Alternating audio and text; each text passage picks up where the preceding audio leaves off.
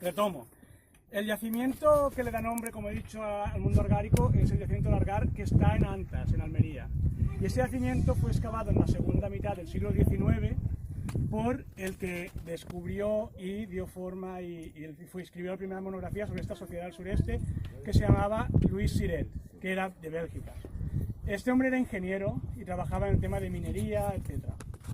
Pero pues en aquella época, como ya supondréis, la gente que tenía acceso a formación universitaria, la gente más culta, pues eran una gran minoría que normalmente, ya siendo pocos, pues abrían su abanico y dedicaban su vida, pues podía ser ingeniero de minas, geólogo, arqueólogo y pintor, bueno, pues como así Leonardo da Vinci, pero al estilo siglo XIX. Un hombre muy culto, muy formado, que aparte de su trabajo, pues tuvo tiempo de excavar centenares de yacimientos, tanto argáricos como romanos, como fenicios, y publicando e ilustrándolos de forma excelente. No le hacían fama. Este hombre, yo os aconsejo buscar Louis Siret en internet, los que no lo conozcáis, y buscar sus ilustraciones. Son de estos hiperrealistas, y de los yacimientos donde excavaba, son casi fotografías en blanco y negro, pero dibujadas a lápiz. Era una maravilla. Entonces este hombre publicó en francés primero, y 2 años tuvo la deferencia de traducirlo al español, un libro monográfico que se llamaba Las Edades del Metal. Y en este libro monográfico, enormemente ilustrado, describió esta sociedad argárica con una serie de características de estilo de mundo ritual funerario, el mundo del material cerámico, metálico, la forma social de vida, que prácticamente en un 80% siguen siendo las correctas y las que siguen en vigor hoy en día. O sea que era una pasada el hombre este. Estamos hablando del final del siglo XIX. Este hombre, pues eso, ya excavó el Argar y decidió que el principal yacimiento que excavó en mayor extensión, encontrando más de 1000 tumbas, era el del Argar. Y entonces decidió, al ser el principal, bautizar a esta sociedad como sociedad argárica. ¿Qué pasa? Que el Argar, por ejemplo, no se volvió a excavar. ¿Y eso qué significa? Que desde finales del 19 hasta hoy, pues si tú dejas de pasar por un monte, pues vuelve a ser monte. Hoy en día te encuentras piedras caídas, alguna tumba que asoma, pero era un yacimiento que excavó pues, en una gran extensión. Pero hoy en día está totalmente deshecho.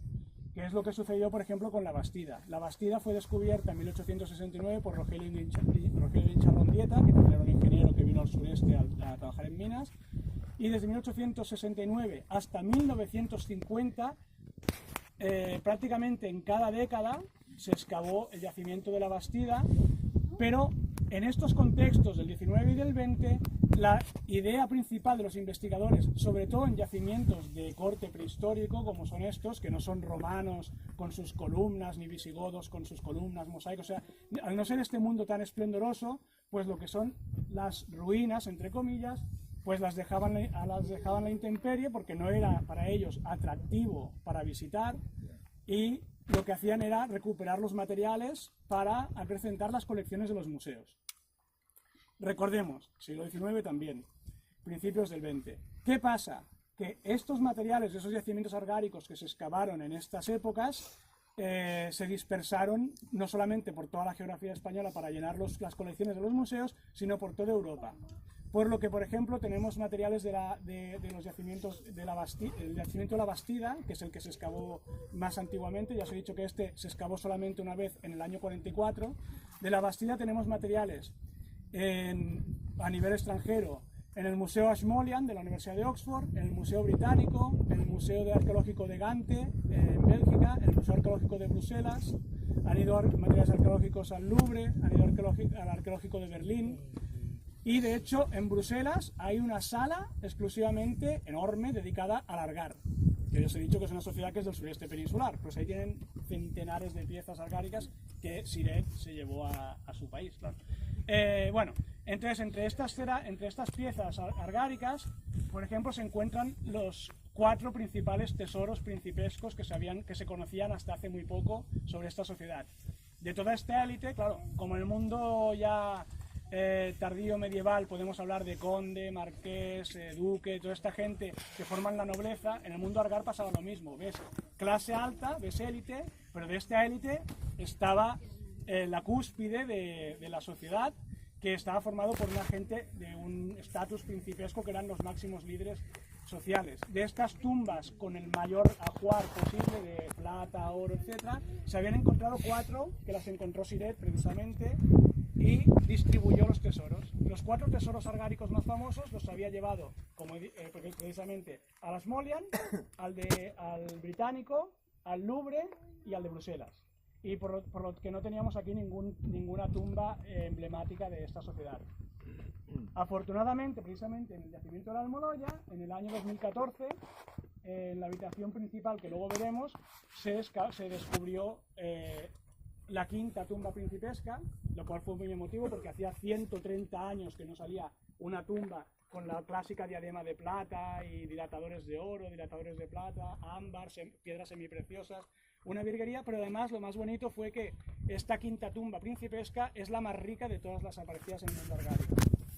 En cualquier caso, lo que se ha visto es que estas élites se distribuían en diferentes yacimientos estratégicos del territorio argárico, de estos 33.000 kilómetros que os he comentado antes, para gestionar de forma amplia el territorio de forma global.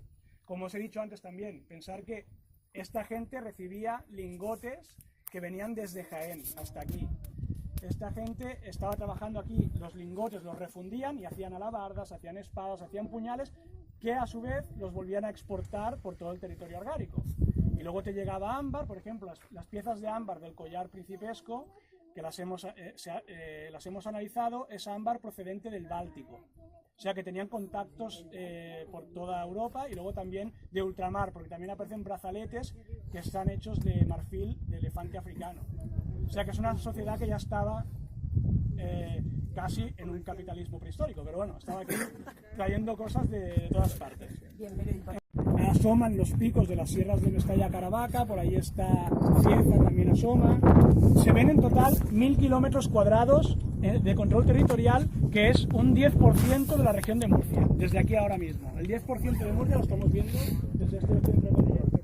Al sur de Sierra Espuña está la Bastida, está aquí detrás. Claro, la Sierra Espuña quita vista, pero lo importante es lo que os he contado. Todo lo que es el valle del Guadalentín y la depresión de Vera y la zona de la Almanzora, todo ese valle que sube desde Almería por esa franja de allí es el núcleo formativo del Algar. Y allí se empezaron a establecer protegidos pues, por la Sierra de Carrasco y por la Sierra Espuña en ese flanco de valle que sube hacia el norte. Y este asentamiento nos sorprendió, y gratamente también, porque es un asentamiento que se estableció ya en el 2200 antes de nuestra era, o sea que es el origen del Algar, pero con la voluntad expresa de controlar a los que eran los otros, porque todos los yacimientos del 2200, 2100 que hay en esa dirección y en esa dirección son gente que vivía diferente a ellos. Con lo cual se establecieron aquí, por eso también llama la atención de que aquí es donde ha aparecido un número más elevado en porcentaje de tumbas de guerreros con armamento. Se establecieron aquí para controlar el territorio que tenían previsto seguramente ir conquistando lentamente. O sea que la gente que vivía para allá no era argárica. Entonces, los más pequeños con menos evolución, menos organización. Tenían, por ejemplo, a nivel de metalurgia también trabajaban en el bronce, pero eran piezas de menor calidad, de menor dureza. Luego la orfebrería era menos fina. Esta gente te hacía, por ejemplo, la tumba principesca, el hombre llevaba, y también eso es muy significativo, ahora que está de moda, que se empieza a ver ahora, y la gente dice, mira qué moderno soy, tanto el príncipe como la princesa, bueno, lo de príncipe es la denominación que le damos nosotros, obviamente, ellos supongo que la categoría no la veían en el estado principesco, ¿verdad? Pero tanto los hombres como las mujeres de la élite llevaban dilatación de orejas, se ponían dilatadores. Entonces la mujer llevaba unos dilatadores de este diámetro, más o menos de unos 4 o 5 centímetros de plata, abriéndose la oreja, y el hombre llevaba dilatadores de oro. Y los dilatadores de oro, pensad que estamos hablando de hace 4.000 años de antigüedad. El bronce, ¿cómo ya manipulaba el oro? El oro y la plata se manipulaba ya anteriormente, incluso es que el oro y la plata son mucho más metales nobles, pero son mucho más blandos y más fáciles de fundir y trabajar. O sea, es más difícil hacer una espada de bronce que hacer una pieza de oro y plata, que es un metal mucho más blando, en realidad. Pues eso, el hombre llevaba unos dilatadores de oro, pero de una perfección simétrica que esto voy a hacer una breve paréntesis. La arqueología hoy en día ya no consiste en agujerear sitios para sacar piezas y piezas y piezas y decir, mira, voy a llenar colecciones, porque ahora la idea es conocer lo más posible del pasado, pero hasta el punto que se ha convertido en un mundo pluridisciplinar. O sea, tú puedes llegar a la arqueología desde sitios insospechados. En nuestro equipo, que es muy amplio y muy potente, pues tenemos arquitectos, especialistas desde el mundo de la biología, tenemos especialistas en fauna, gente que son faunólogos, que estudian los huesos animales. Desde la botánica ya hay varias ramas, por ejemplo, desde la botánica tenemos especialistas, los que se llaman carpólogos. Los carpólogos estudian solo los restos de semillas. Restos de semillas, dicen, estas semillas de abedul, estas semillas de fresno, estas semillas de pino, estas semillas de... mirando con microscopio, claro, no a primera vista. Algunas sí que se distinguen. Pero luego están los antracólogos. El antracólogo es especialista en carbones. El carbón, un resto de carbón cualquiera, mirado al microscopio, su estructura celular te permite también saber si ese carbón es de pino, es de fresno, es de roble, es de chopo. Y con todo eso también se reconstruye el paisaje vegetal, el entorno vegetal que había en aquella época. Luego están los fitolitólogos. Los fitolitólogos estudian los fitólitos, que son... El fitolito es el esqueleto silicio de las gramíneas. Eso cuando tomamos palomitas, la cascarilla translúcida que sale de la semilla, esa especie de cascarilla. Eso, aunque parezca mentira, si tú en un molino estás haciendo harina de maíz o de cebada o de panizo, se queda el fitólito 5.000, 6.000, 7.000 años impregnado. Y tú rascas un poquito simplemente en las concavidades de los molinos, que por aquí veremos mucho, y a través del microscopio detectas los fitólitos y con su estructura celular puedes ver qué tipo de cultivos habían. Y parece mentira, pero bueno, luego ahora estamos, por ejemplo, trabajando con el Instituto Max Planck de Alemania y Austria en ingeniería, en tema de genética. Estamos estudiando el ADN prehistórico. Pero esto con un convenio de trabajo de universidades de todo el mundo. También, pues eso, hay especialistas en realidad virtual, en reintegración virtual, porque en Pliego vamos a hacer un centro de interpretación virtual de la Almoloya para que la gente con discapacidad que no pueda llegar hasta aquí, que ya veis que vamos intentando facilitar el acceso, haciendo caminos y tal, pero hay gente que nunca podrá llegar. Entonces haremos un centro virtual que con el tema de las gafas y tal, podrán visitar el yacimiento, que además en el centro virtual se reintegrará completo para que puedas entrar dentro de las casas y puedas ver sus materiales, puedas ver dónde había un taller metalúrgico, al metalurgo argárico trabajando, en la sala con sistemas de última tecnología de realidad aumentada. Calles muy angostas que circundan islas de casas, complejos habitacionales como manzanas que tienen entre 6, 7, 8 y 9 habitaciones cada uno, ¿vale? Entonces vamos a ir y os voy explicando sitio por sitio. Nos ponemos aquí alrededor. Bueno, eso, como veis, la callejuela por donde hemos circundado, esta por la que bajamos, son callejuelas muy, muy angostas. Vigilar al poneros encima de estos muros porque están restaurados y si os fijáis, donde yo me he puesto de pie antes, y en esa zona de allí se ve que hay como una especie más de solidez en los muros. Es porque en el 2015 se hizo una primera campaña de restauración y se consolidaron estructuras de lo que se llama el complejo palacial, que es el Museo de la Principesca, y algunas habitaciones, un par de habitaciones más. Toda este área de aquí está todavía sin restaurar y evidentemente aquí tendremos que poner lo que en arqueología se llama, y en restauración más bien, hiladas de sacrificio. La hilada de sacrificio consiste, en nuestro caso lo que hacemos es poner una mallita, que os fijaréis allí, que la veréis, metálica muy fina, que asoma y entonces marca la línea de lo que es arqueológico y lo que está restituido. Entonces aquí lo que haremos será poner una o dos hiladas, lo que consideramos oportuno para que se entienda mejor el paisaje, le dará un mayor volumen y esas hiladas pues ya van con un mortero mezclado con tierra para que no cante ni nada, como se ve allí, pero que obviamente ese mortero lleva cal de buena calidad y tal, y es un mortero sólido que te permite caminar por encima del muro sin que se te desmoronen las piedras. Pero ahora sí. Entonces, os cuento. Esta sociedad, como os he dicho, es la inauguración de las formaciones del primer Estado. Es el origen del Estado tal como lo conocemos, ¿vale? Con mundo político que sustenta su hegemonía por medio de las fuerzas de seguridad y que también lo que hace es inaugurar la sociedad especializada. En las sociedades previas la gente pues se procuraba todas, si las tengo, me voy al campo a buscar frutas, tengo mi pequeño cultivo, pero luego también me hago con las pieles, me hago mi ropa, tengo un poco más de ropa y el otro tiene un poco más de vegetal, pues le hago trueques. Era un mundo más pluriactivo, digamos, que la gente se pluriespecializaba, entre comillas, porque no era especialización real, en hacer piezas. Otro se levanta y se va a la mina, es minero.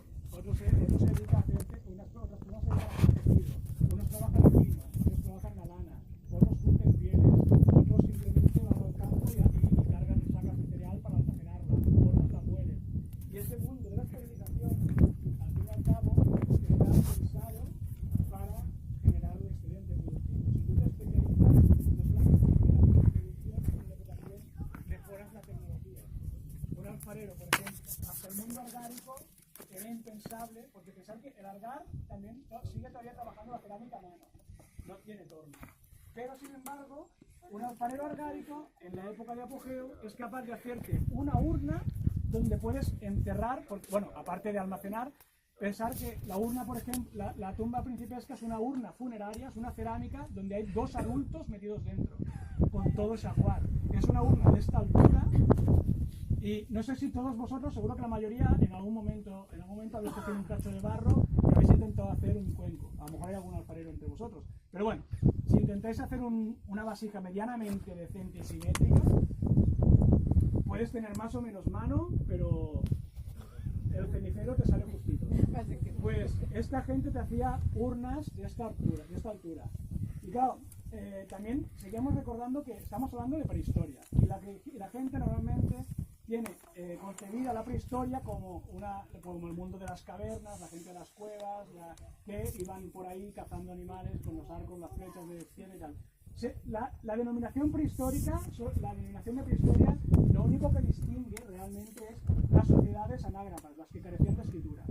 Cualquier sociedad que no tenga escritura se considera prehistórica, por muy desarrollada que esté. En este caso lo está. Entonces, esta sociedad cuya escritura todavía no se ha descubierto, quizá un día encontramos un taller de escribas y tenían toda la escritura ahí guardada, como si fuera la Biblioteca de Alejandría, un sitio donde estaba toda la escritura. A lo mejor pasa, pero por ahora no se da el caso, pero sin embargo reúne todas las condiciones para considerar que es una sociedad de tipo estatal. Lo único que le falta es escritura. Entonces, hay mucha divergencia, mucha discusión entre economistas y historiadores para saber cuándo se puede hablar de Estado y cuándo se puede hablar de Estado en el sentido político. Y mucha gente considera que para tener un control claro de la producción, que es lo que se insinúa claramente en Largar, dicen hay unas corrientes que dicen que no puede ser si careces de escritura, que para poder tener registros económico-administrativos, si no puedes llevar una contabilidad. Pero contabilidad se puede hacer de 1000 maneras. Tú no tienes por qué tener ahí 5 sacos de cereal, no sé qué, o sea, no tienes por qué tener un sistema gráfico muy desarrollado, sino que, como si vais, por ejemplo, a cortijos abandonados, te encuentras en la pared que te pone celemines y te pone barra, palito, barra, palito. Haciéndolo de barra, palito, te puedes estar contando. Incluso, tú puedes decir, mira, tengo aquí un montón de piedrecitas así y gordas, las piedritas gordas son 10 unidades y podrían tener un sistema de contaje que nosotros no vemos, simplemente, y esto puede pasar. En cualquier caso, esta sociedad se está viendo claramente que tenían un sistema de contabilidad porque se desprende, por ejemplo, de algo tan sencillo como el mundo cerámico. Hablo mucho de cerámica porque soy especialista en cerámica, entonces ahí se me dispara el fritismo personal. Pero la cuestión es que la cerámica argárica, que yo lo que he hecho es, lo que estoy haciendo es el estudio de las capacidades volumétricas. La cerámica argárica está enormemente estandarizada y carece, una cosa muy significativa, porque la anterior tenía un montón, carece de decoración. No hay nada decorado, la cerámica es toda lisa. Hacen cerámica exactamente igual, siguen los mismos patrones, hay 8 formas que se repiten hasta la saciedad. Y una cosa que llamaba mucho la atención, y esto estamos hablando de 650 años, ¿eh? Antes la gente pues decía, bueno, le hago una cenefa, ahora le hago una decoración, ahora le pinto algo, y eso, el arte es algo innato en el ser humano. Como ya en las mismas cuevas, el ser humano cogía y decía, uy, mira, pigmento, voy a dibujar aquí un bisonte, un cazador, unas mujeres cazando, unos hombres cazando, un león por aquí y una gacela por allá. Y el arte es algo que nos sale, es algo que nos surge desde un niño pequeño que coge un lápiz y empieza a hacer garabatos no se emerge por naturaleza. En cambio, esta sociedad durante 650 años carece totalmente de elementos decorativos de ningún tipo. Y eso, aunque no sea una evidencia tangente porque no la ves, tiene que ser síntoma de una clara imposición, porque 650 años sin que se decore nada tiene que ser porque alguien te dice, como pintes te doy un cambio. Tiene que pasar, porque no tiene sentido, no es natural. Y es una sociedad que en todo su territorio pues no lo hace.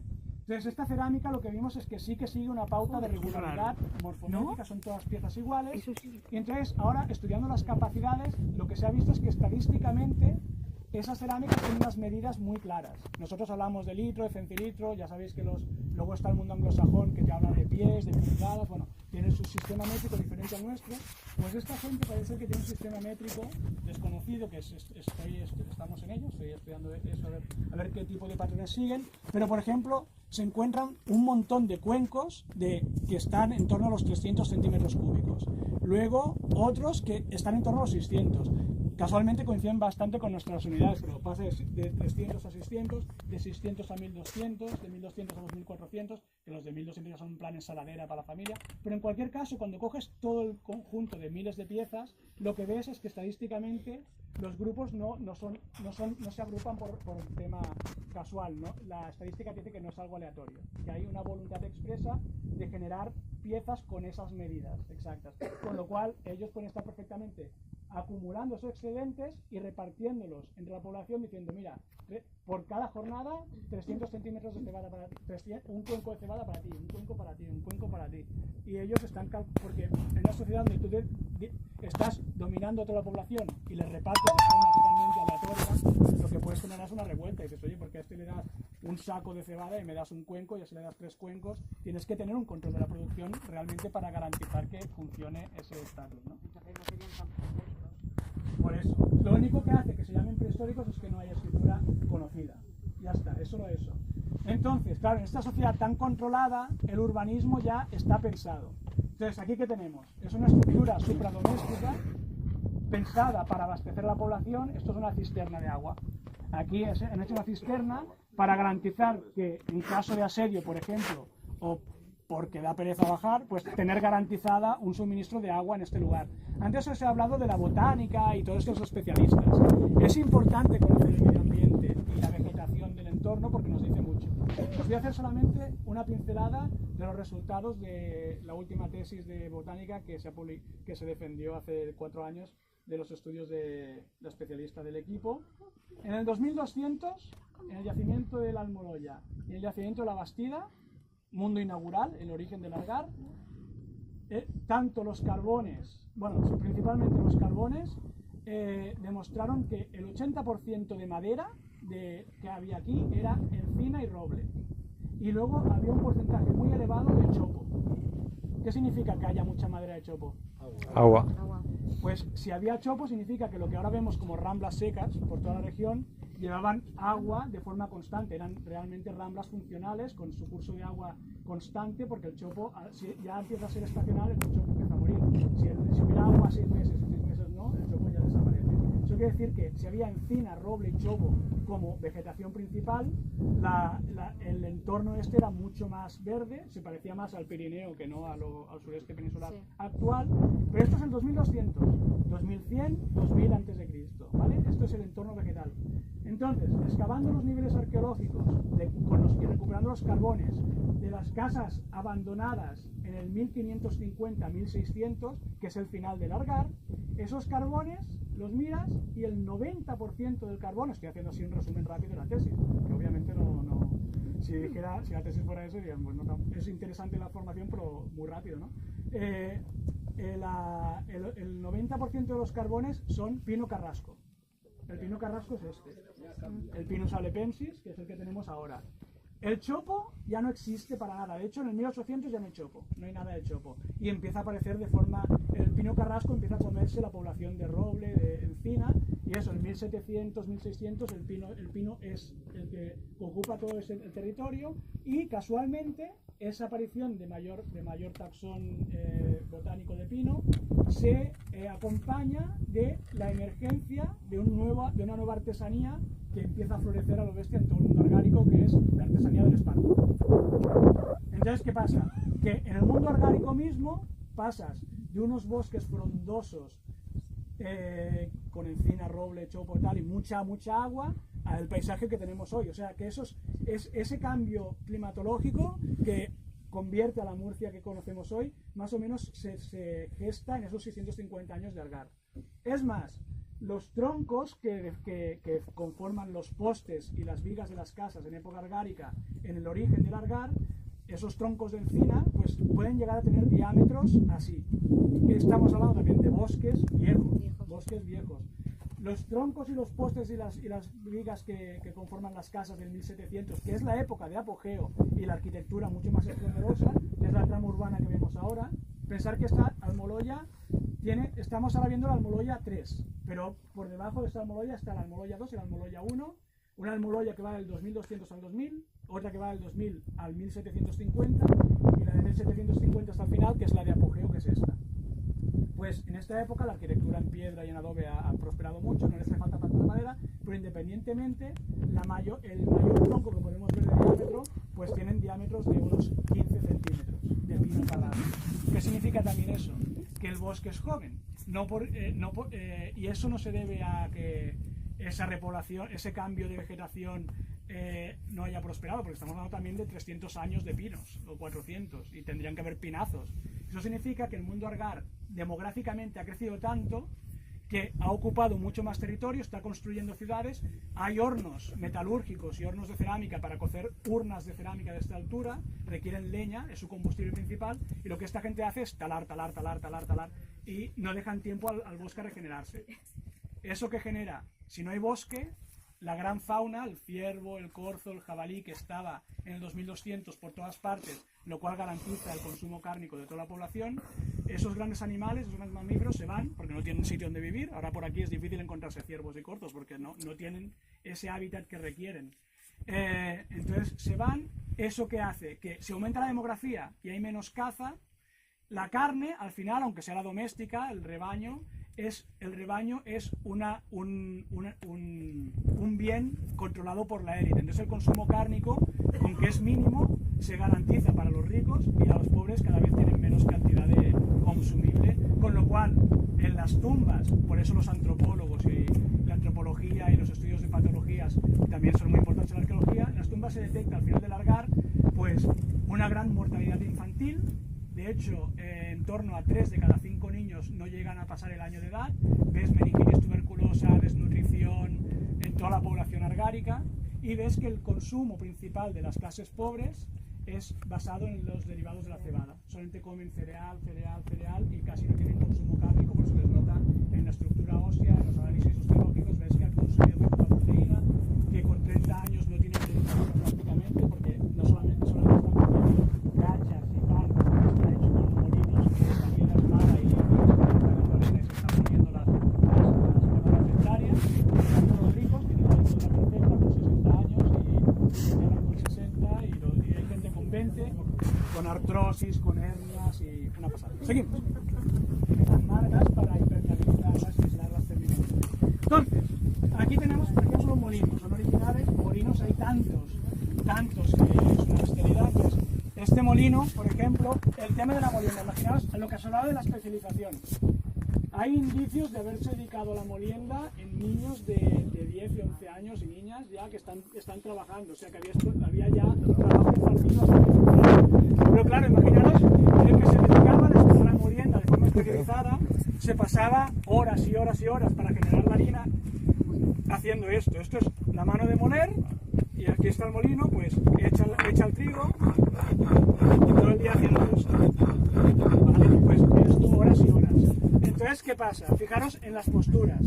La gente a veces cuando escuchan en un documental las conclusiones a las que han llegado los arqueólogos, encontrando huesos, encontrando esqueletos, encontrando piezas, dicen, hay mucha gente que alguna vez nos ha dicho, gente que no ha venido a la visita, incluso gente que se ha movido poco en yacimientos, en visitas guiadas de arqueología o han leído poco, que dicen, lo que tenéis es mucha imaginación, es inventáis muchas cosas. Pero claro, lo que no cuentan es que hay biólogos, hay genetistas, hay físicos. Cuando dicen, ¿cómo puedes saber, por ejemplo, habéis oído hablar del carbono 14? Sí. Eso es uno de los sistemas de datación. Luego hay también dataciones por uranio, torio, dataciones por potasio, argón, hay muchos tipos de datación, muchas formas de datar objetos. Pero claro, ¿cómo puedes saber que un hueso tiene 2350 años? Y dices, por la datación de carbono 14. Y dicen, ¿pero eso es verdad? Y dices, yo espero que sí, porque teniendo presente que cada datación vale 800 euros, o sea, y vamos enviando a lo mejor 700, que a veces dicen, oye, pero una inversión de 1 millón por una excavación, pensar si nosotros, por ejemplo, en este yacimiento hemos enviado unas, me parece, 40, 50 dataciones, a casi 1.000 euros por datación, y ir echando números, y eso solamente las dataciones. Luego, si se empieza a hablar, ahora, por ejemplo, los análisis de ADN del Instituto Max Planck de Alemania, que están a través del interior de los genes sacando muestras de ADN para establecer la cadena genética, para ver si estos argáricos son autóctonos o son poblaciones externas. Por ejemplo, gracias al ADN, cosa que antes no existía, sabemos que la sociedad argárica, precisamente a nivel genético, es muy diferente a la sociedad precedente del Calcolítico. Y resulta que tiene un componente en su genoma muy significativo, muy elevado, de tribus de las zonas de las estepas eurasiáticas, que vienen del área del sur de Rusia, de Siberia, de Kazajstán, hasta aquí. Y esto hablamos de hace 4.000 años, gente que llegó hasta aquí. Y eso no podría parecer muy paradójico, pero resulta que esa gente, aquí os he dicho que esta gente desarrolla la violencia institucionalizada. Pues esta gente son los primeros que crean ¿sabéis lo que es una alabarda? ¿Alguno? Una alabarda es un arma de combate. Y la alabarda, posteriormente, esta misma sociedad aquí, la sustituye por la espada. Entonces, en arqueología también, cada objeto que estudiamos es muy importante verlo mucho más allá de lo que es su valor artístico, lo bonito que pueda ser, sino que hay que entender el objeto desde su dimensión funcional. La violencia es algo innato en el ser humano. Seguramente los primeros humanos que vivían en las cavernas, si uno le quitaba la comida al otro, cogía la piedra y le daba un pedrazo, y es algo que sale. Los niños, cuando le quitan el juguete uno al otro, pues los niños y las niñas pues se pegan, y es algo que la violencia está, hay que controlarla, pero la llevamos innata también, igual que el arte, la creatividad. Pues esa violencia innata, el concepto de que yo digo de institucionalización de la violencia es significativo porque el ser humano, todo lo que va creando y va inventando, siempre va paralelo a su necesidad primaria, lo que más necesita en ese momento. Entonces, lo primero que necesita el ser humano es garantizarse la comida, lo primero. Entonces, decía, me está costando cazar ciervos a pedradas. Entonces, desarrollaron las primeras armas que se podrían considerar creadas por el hombre, son el arco y la flecha y la lanza. Son armas que sí que se han utilizado en guerras, pero su creación, el hecho de inventarlas, está pensado para la cinegética, para facilitar la caza. Vamos a cazar, pues mira, esto funciona, va muy bien, porque cazo a distancia. O sea, el arco, la flecha y la lanza, que es lo primero que apareció, se creó para cazar. Ahora yo os lo pregunto a vosotros. También una de las primeras armas que se crearon por invención humana, también hecha en piedra en origen, es el hacha. ¿Pero por qué creéis que se inventó el hacha? ¿Cuál fue su función? Para descuartizar y para cortar la madera. Cuando empezaron a poner fuego y todo eso, para cortar madera, para hacer cabañas, para descuartizar animales. Luego, otro instrumento que hay en sílex también es el cuchillo. El cuchillo en sílex también aparece, pero el cuchillo es un arma que tú puedes usarla para violencia, para guerra y para combate. Pero la invención del cuchillo es para descarnar, para quitar la piel. O sea, son inventos cuya la finalidad principal no es la violencia entre con otras personas. Pero ahora pensar, ¿para qué se puede inventar la espada? ¿Para qué puede servir una espada? Para la guerra. La espada, la única función única que puede pensar una persona para la que se puede inventar ese objeto es para someter a otras personas. Es un arma ya para ejercer la violencia contra otras personas. O la defensa de la persona. O la defensa, pero son objetos que te hacen entender que el ser humano está empezando a crear nuevas herramientas ya pensadas para problemas con otros seres humanos. Y por primera vez, eso no había pasado hasta este momento. En Egipto, en Mesopotamia empiezan a aparecer alabardas, luego espadas, alabardas, espadas. y cada vez que se forman sociedades desiguales, aparecen a la bar de la espada, a la bar de la espada. Y justamente la gente que porta la bardas y espadas suele ser un 10% de la población, y luego ves un montón de gente sometida. Tú puedes tener pues cuchillos, hachas en casa, pero si te llega un montón de gente muy bien nutrida, que come muy bien, que está bien acondicionada, y te llegan con espadas y tú vas ahí con tu daga, y bueno, luego pensar también que en esta era tecnológica acceder a objetos de cobre y bronce no era algo para casi todo el mundo. Por lo que, por ejemplo, aquí en Largar vemos muchos talleres que siguen utilizando y encontramos mucho herramientas de sílex. Cortantes de sílex, vemos carnicerías donde hay restos de cabra, de oveja, en las épocas más antiguas de ciervo, de jabalí, de conejo, pero que tienen marcas de corte, pero todos los cuchillos que hay en ese área son cortantes de sílex. O sea que el carnicero que corta las pieles y que trabaja y que corta las carnes está con cuchillos de sílex, con lo cual ya puede revelarse que si le viene el otro con una espada de bronce tampoco va a ningún lado. Bueno, pues eso empieza en este contexto. Entonces, detalles también, el porqué de la multidisciplinaridad. Antes no se prestaba tanta atención, pero por ejemplo, si os digo, la mayoría de vosotros ya también lo sabéis. Este tipo de piedra, la veis que es oscura, es negra. ¿Qué tipo de piedra os parece que es? Volcánica. Volcánica. Entonces, eso también es importante saberlo. ¿Creéis que por aquí ahora mismo conocéis alguna zona aquí volcánica, inmediata? Mula. Está en la zona de Librilla, está el área, es una zona volcánica que es la de Barqueros. Pero Barqueros está para allá, o sea, no está aquí mismo.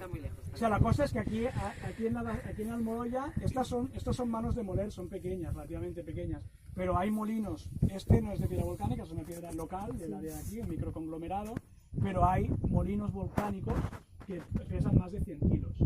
Y aunque Barqueros esté allí en Librilla, tráete piedras de 100 kilos hasta aquí. O sea, que eso quiere decir también que hay Que está cerca. un trabajo. Entonces, áreas volcánicas está Barqueros en Librilla y luego en el área de Mazarrón. También hay una zona importante volcánica. En Librilla no hay, en la zona de Barqueros no hay afloraciones de buen basalto, por ejemplo. Estos son lamproitas, las piedras de los molinos son lamproitas. Pero el basalto más duro, es una piedra muy dura y lisa, totalmente lisa, es con la que se construyen en época argárica los yunques. Los yunques y los martillos son los metalurgos.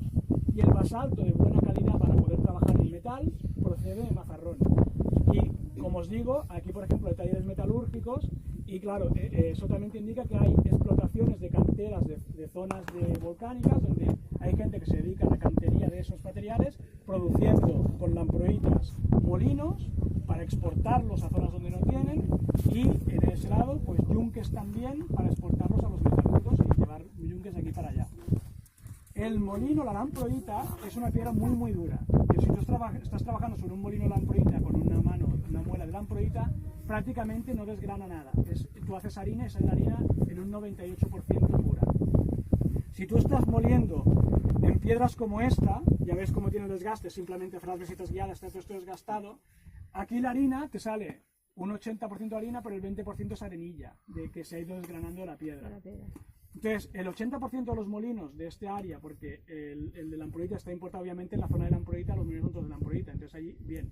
Pero aquí hay gente que está consumiendo una harina de mala calidad.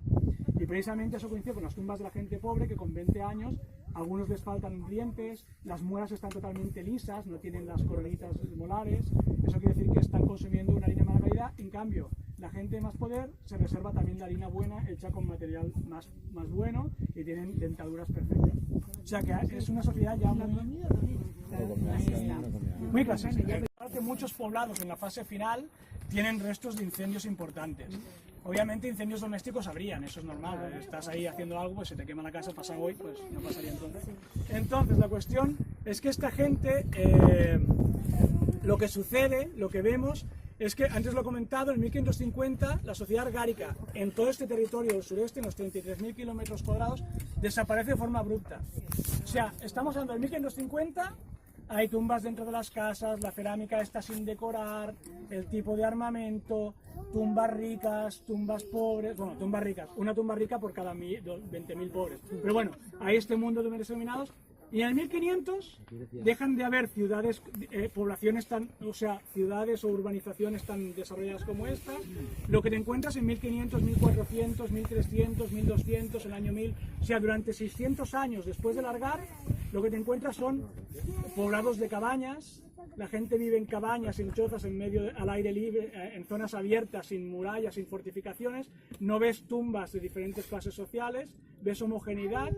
O sea que el mundo de ricos, pobres y todo desaparece durante 600 años hasta que llegan los fenicios desde Oriente y vuelven a crear un mundo otra vez de tipo estatal, y a las sociedades autóctonas que vivían de la caza, de la recolección, de la agricultura en el Bronce Medio, los desarrollan, les enseñan su tecnología y acaban conformando lo que es la civilización ibérica. Y otra vez un mundo de príncipes, guerreros y trabajadores. Pero hay estos paréntesis. O sea, en lo que, por ejemplo, a nivel histórico vemos Argar, Estado, ricos, pobres y una élite militar y de control. 600 años sin que se vea eso.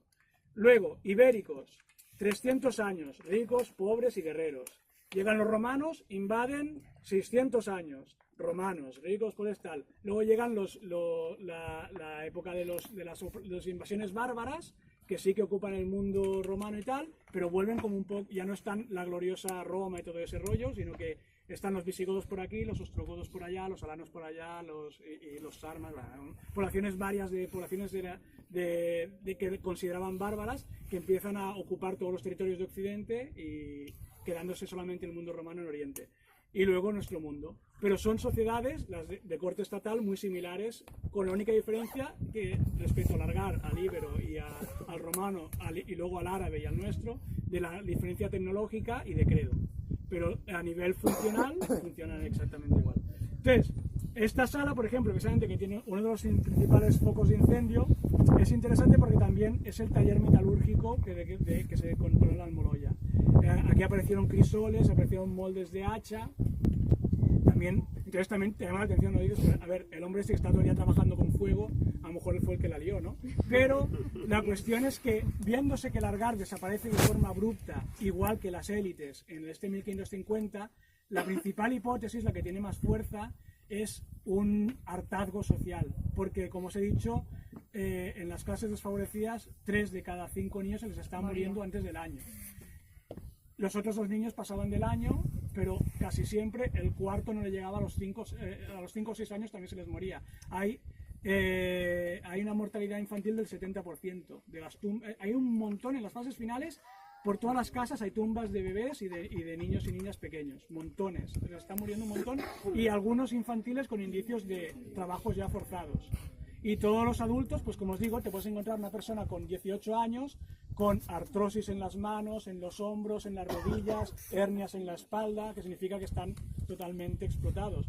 Y lo que parece, pues, a la versión Espartaco, que a Espartaco le salió fatal, pues estos a lo mejor parece ser que sí que les funcionó. En todo el Argar dijeron, bueno, hasta aquí hemos llegado.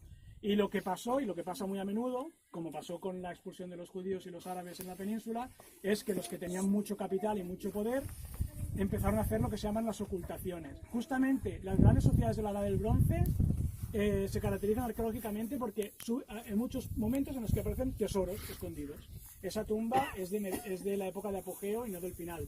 Pero en la época del 1550 hay ocultaciones de tesoros. Te encuentras un hoyo en medio del monte donde hay una orza llena de piezas de oro y de plata.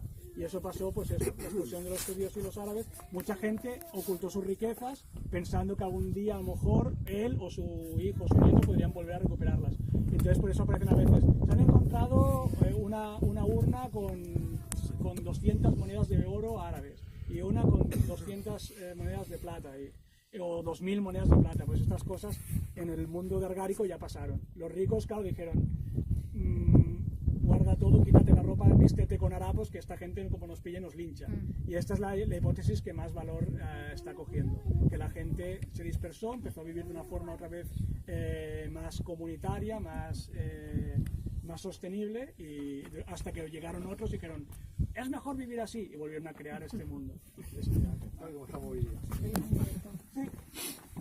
Bueno, no sé si con tanta gente que hay en el mundo se volverá a vivir en cabañas. Pero esto, el agujero ¿Mm? era de los pastos. No, no creo. Habréis visto que en muchas de las casas, pues como os he comentado desde el principio, pues hay esta especie de cajas de piedra y ahí hay otra que está tapada, que son cistas. Y este es, pues nada, no es más que un sarcófago, es un sarcófago de piedra. Ellos lo que hacían era un hoyo en el suelo, ponían el sarcófago, ponían al muerto dentro y lo cubrían todo bien con marga, con tierra y hacían un piso un poco más elevado y al estar todo también tapado pues ni olores ni nada. Realmente hay gente que dice, no, y ya... A ver, también hay que matizar una cosa. Puede ser que un cierto olorcillo hubiera porque si te mueren 5 parientes, entierras a los 5 a la vez, a lo mejor al cabo de unos meses, la descomposición de 5 a la vez, un olorcillo queda. Pero también hay que tener presente lo que es el hábito. No sé, ¿hay alguno de vosotros ha estado en Marruecos? En los tintes de Fer. ¿Qué pasa cuando llegas a visitarlos? Esto siempre lo pongo de ejemplo. ¿Qué pasa cuando llegas a los tintes de Fer? ¿Pero qué hacen los guías? Te dan hierbabuena. Los tintes en Fez los están haciendo del modo artesanal que se hacía aquí hace 100 años, que consiste en que el tinte para tintar la ropa se hace principalmente con orina, porque el amonio va muy bien para, bueno, pues va muy bien para, igual, bueno, sí, ya sabéis que la orina principalmente es amonio, amoníaco y tal, y eso huele. Pues toda la fábrica de tintes, pues tenéis todas unas grandes orzas circulares donde se meten con el cuerpo hasta aquí, meten ahí la tela y la van apisonando y aplastando para que coja el color del tinte. Y eso es como se hacía hasta hace 100 años, incluso en algunos sitios seguro que hasta hace menos. Por aquí, por España y por toda Europa, hay fábricas de tintes de estos tipos. Pues en Fez siguen manteniendo esa artesanía y, claro, es prácticamente el 80% de esos tintes es orín de vaca. Entonces, ¿qué pasa? Que ellos se meten hasta aquí, pero claro, llevas toda tu vida trabajando en eso y es que ni lo hueles. Igual que un carnicero. Bueno, en este caso mi madre, por ejemplo, es carnicera y a mí desde que era muy pequeño me llevaba con ella a las 5 de la mañana, que eso siempre me acuerdo, y me acostumbraste a los madrugados, me llevaba de vez en cuando a un matadero. Entonces, yo estoy habituado, pero hay gente que entra en un matadero y le dan arcadas. El olor de la carne en tanta cantidad, pues le... Pero al todo te acostumbras. Y la gente me dice, ¿cómo pueden soportar el olor de tanto muerto en la casa? Y digo, si tú vives toda tu vida, desde que naces, con ese olorcillo, que al fin y al cabo, si habéis olido algún animal muerto por un monte, es un tono dulzón. No es una cosa, te da asco porque sabes que es muerto normalmente, pero si lo hueles siempre te acostumbras, ¿vale?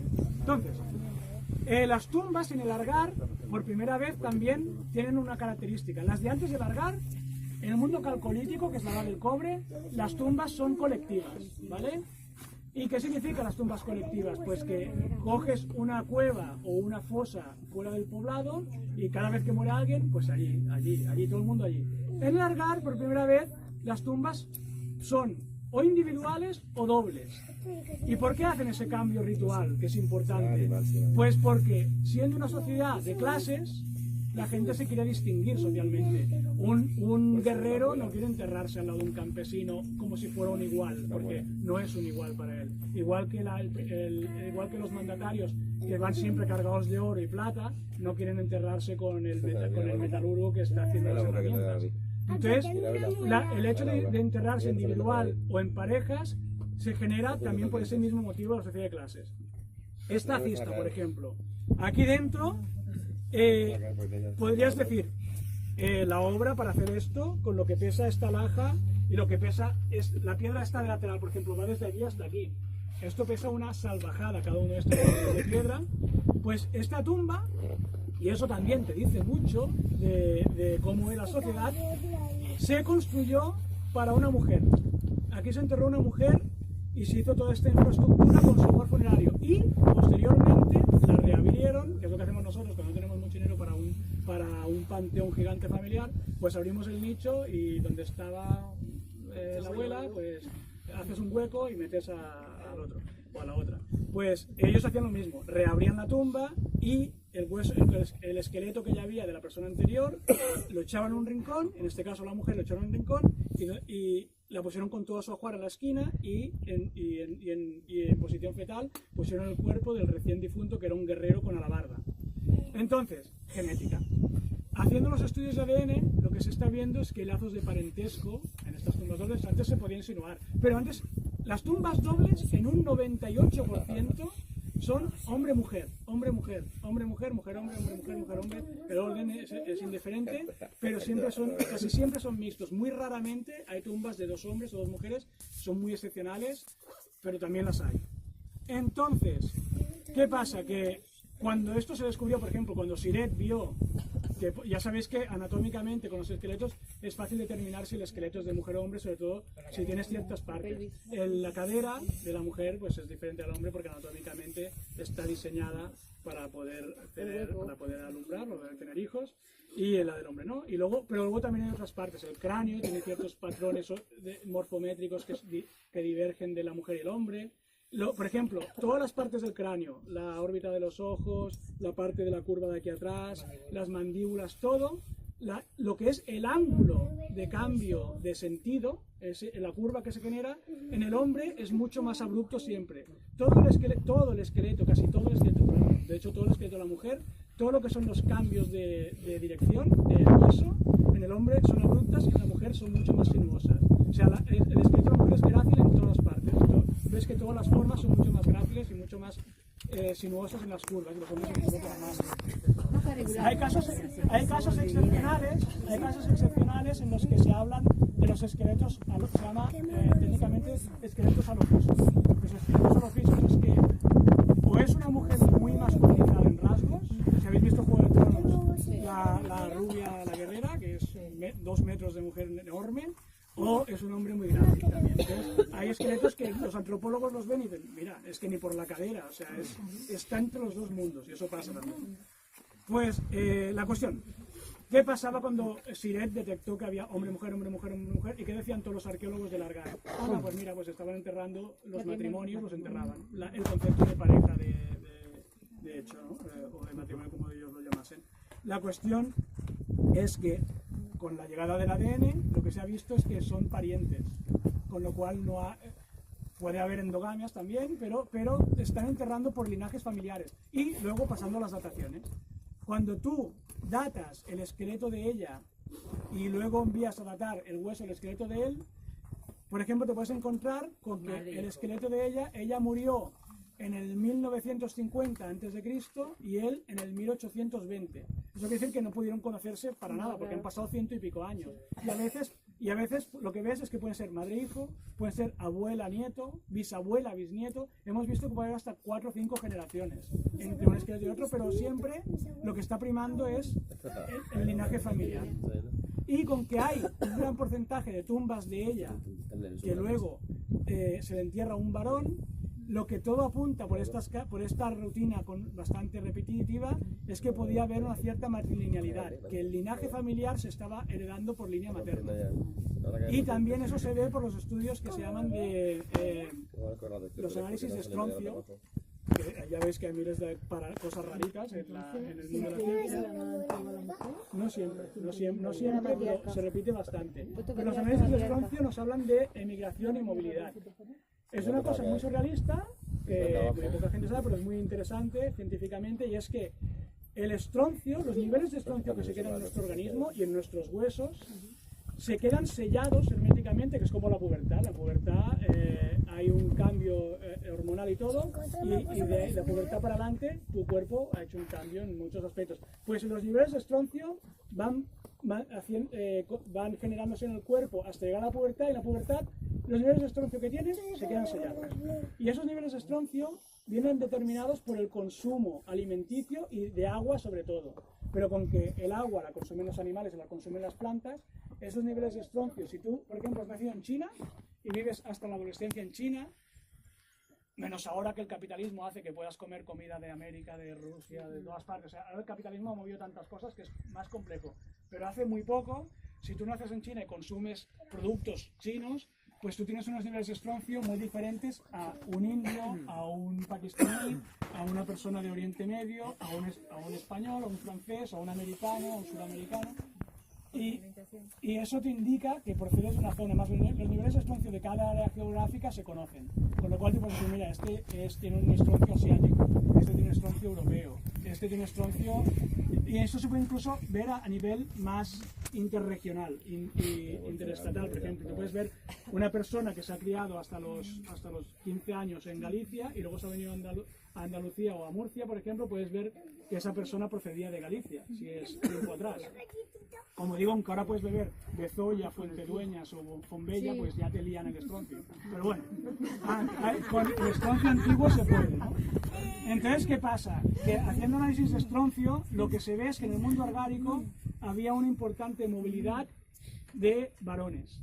O sea, argáricos que se habían criado y habían consumido productos aquí, al llegar a la adolescencia y a la edad adulta, a lo mejor el argárico de aquí se iba a Jaén, se iba a Granada, o se iba a Alicante, donde obviamente sabéis que el agua de Granada es diferente al agua de aquí, porque ya el territorio es muy variado.